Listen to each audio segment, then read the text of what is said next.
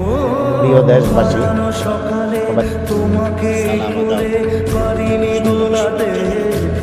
আপনারা জানেন যে বিগত জুলাই আগস্টে আন্দোলনের নামে একটি মেটিকুলাস ডিজাইন ষড়যন্ত্রের মাধ্যমে একটি বৈধ গণতান্ত্রিক সরকার উচ্ছেদ করে দখলদারি তার জঙ্গি বাহিনী বাংলাদেশের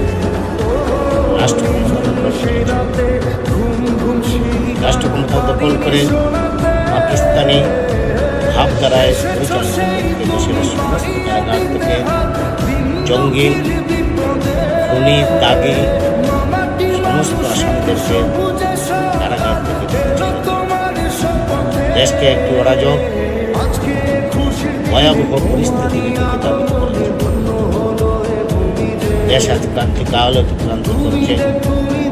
একদিকে আওয়ামী লীগের অগণিত নেতা কর্মীদেরকে গ্রেপ্তার করে কারাগারে নিয়ে তাদেরকে নির্যাতন করা হচ্ছে।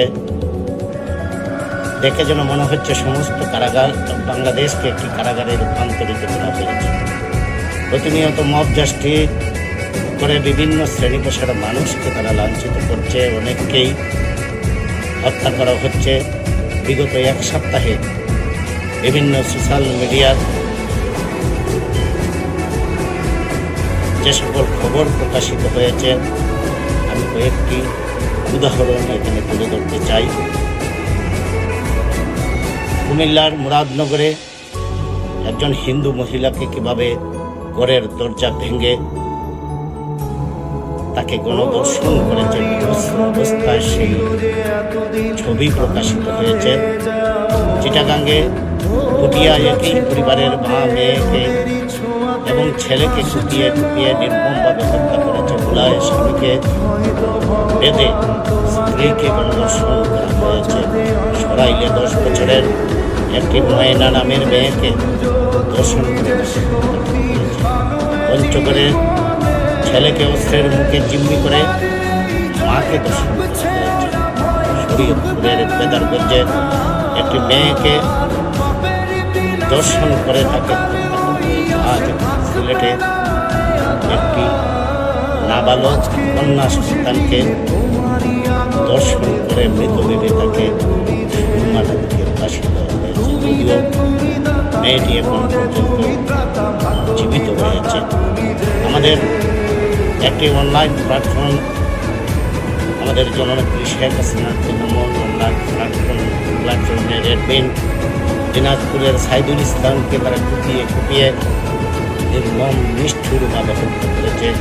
তার স্ত্রী এগিয়ে গেলে তাকেও নির্মমভাবে আঘাত করে মাথাকে দ্বিখণ্ডিত মৃত্যুর সঙ্গে পাঞ্জা লড়ছে। এমনিভাবে অনেককে এই ঘটনায় তারা আহত করেছে। এমনিভাবে নারায়ণগঞ্জ আওয়ামী লীগের নেতাকে মব সৃষ্টি করে তাকে বিভস্ত্র করে লাঞ্ছিত করেছে। হবিগঞ্জের এসএসসি পরীক্ষার্থী জনিকে নির্মমভাবে তারা হত্যা করেছে। বিশ্ববিদ্যালয়ের শিক্ষক সংগঠনকে কীভাবে মব সৃষ্টি করে লাঞ্ছিত করা হয়েছে।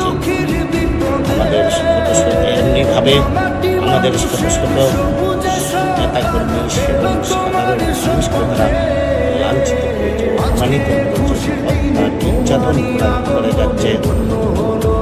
এমনিভাবে এই দখলদার জঙ্গি গোষ্ঠী দেশের মানুষকে জিম্মি করে রেখেছে।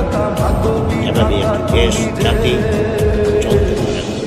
এখনই সময়, আসুন আমরা সবাই মিলে বঙ্গবন্ধুর কন্যা জননেত্রী শেখ হাসিনার নেতৃত্বে এই দখলদার খুনি জুলুমবাজ সুদি ইউনুস তার জঙ্গি গোষ্ঠীকে হটিয়ে মুক্তিযুদ্ধের চেতনায় অসাম্প্রদায়িক বাংলাদেশ স্বনির্ভর এবং আগামী প্রজন্মের জন্য একটি বসবাসযোগ্য বাংলাদেশ আমরা গড়ে তুলি।